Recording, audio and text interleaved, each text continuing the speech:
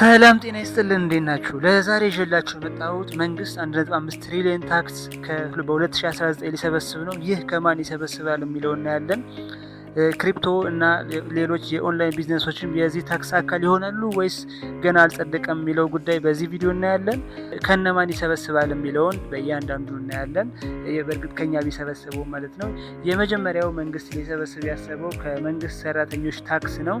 ይህ ታክስ ደግሞ የመንግስት ሰራተኞችን 97.3 ቢሊዮን ብር እንዲከፍሉ አቅዷል ማለት ነው። ከመንግስት ሰራተኛ ለመሰብሰብ እንግዲህ ከባለፈው አመት ጋር ሲነጻጸር ባለፈው አመት 49 ቢሊዮን አካባቢ ሰብስቧል ከተቀጣሪ። ይህ ተቀጣሪ ስንል የመንግስት ሰራተኞች ብቻ ሳይሆን የግል ድርጅቶች፣ ባንከሮች፣ የውጭ ድርጅት ሰራተኞች፣ የፋብሪካ ሰራተኞች እና እንዲሁም ጠቅላላ በደሞዝ የሚተዳደሩ ሰዎችን ይወክላል ማለት ነው። ከእነዚህ ሰዎች 97.3 ቢሊዮን ብር ለመሰብሰብ አቅዷል። ከባለፈው አመት ሲታይ ኦልሞስት የ100% እጥፍ አይነት አለው። ምክንያቱም ባለፈው አመት 49 ቢሊዮን የተሰበሰበው፣ አሁን ደግሞ የታቀደው 97 ቢሊዮን ነው። እንግዲህ የመንግስት ሰራተኞች ደሞዝ እጥፍ ሆኖ ነው ወይ ደግሞ ገቢያቸው እጥፍ ሆኖ ነው ወይ ደግሞ ኑሮ ቀንሶ ነው ወይ? ይህ ሌላ ጥያቄ ነው፣ እናንተ የሚመለከት ይሆናል። ግን እንደዚህ ለመሰብሰብ አስቧል ለማለት ብቻ ነው። ሁለተኛው ከንግድ ኩባንያ ነው።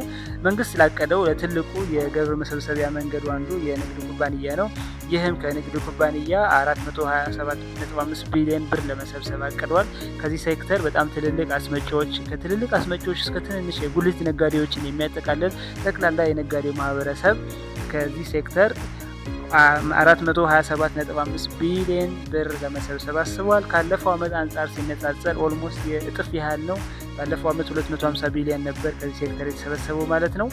ስለዚህ በሁለተኛው ይሄ ነው። ሶስተኛው መንግስት ትልቅ ነገር ሊሰበስብበት ያሰበው የቫት ነው። የቫትና የእቃ ግዢዎችን ከአገልግሎት ወይም ከተለያዩ ከአገልግሎቶች ወይም ከእቃዎች የሚሰበሰብ የቫት አገልግሎት ነው። ከዚህም ደግሞ በጣም ወደ 225 ቢሊዮን ብር ለመሰብሰብ አቅዷል በአጠቃላይ። እንዲሁም የኪራይ አከራይና ከኪራይ አከራይ 2.59 ቢሊዮን ለመሰብሰብ እንዲሁም ከተለያዩ አንዳንድ ሰዎች እንደሚሏቸው ደግሞ ከነዚህ የኦንላይን ቢዝነሶች ወይ ደግሞ ዩቲዩብ ሊሆን ይችላል፣ ቲክታክ ሊሆን ይችላል፣ እንዲሁም በጠቅላላ ዲጂታል አለሙ ላይ ያሉ እንደ ፍሪላንሲንግ እና ትሬዲንግ ጀምሮ ከነዚህ ነገሮች መንግስት ምንም ያለው ነገር ባይኖርም እስካሁን አቅጣጫዎች የሚያሳዩት ግን ሌሎች ያልተሸፈኑ በጣም ብዙ የግብር መሰብሰቢያ መንገዶች አሉት። ለምሳሌ እስካሁን የጠቀስናቸውን ብቻ ነው ያስቀምጠው። ብዙ ያላስቀምጣቸው ሌሎች የተዋቸው ነገሮች አሉ። ምናልባት እነዚህ አሁን ዲጂታል አለሙ ላይ ወይ ደግሞ በዲጂታል ሲስተሙ ያሉት ሊሆኑ ይችላሉ። ስለዚህ ከነዚህ ሊሰበስብ ይችላል ወይ የሚለውን እናያለን።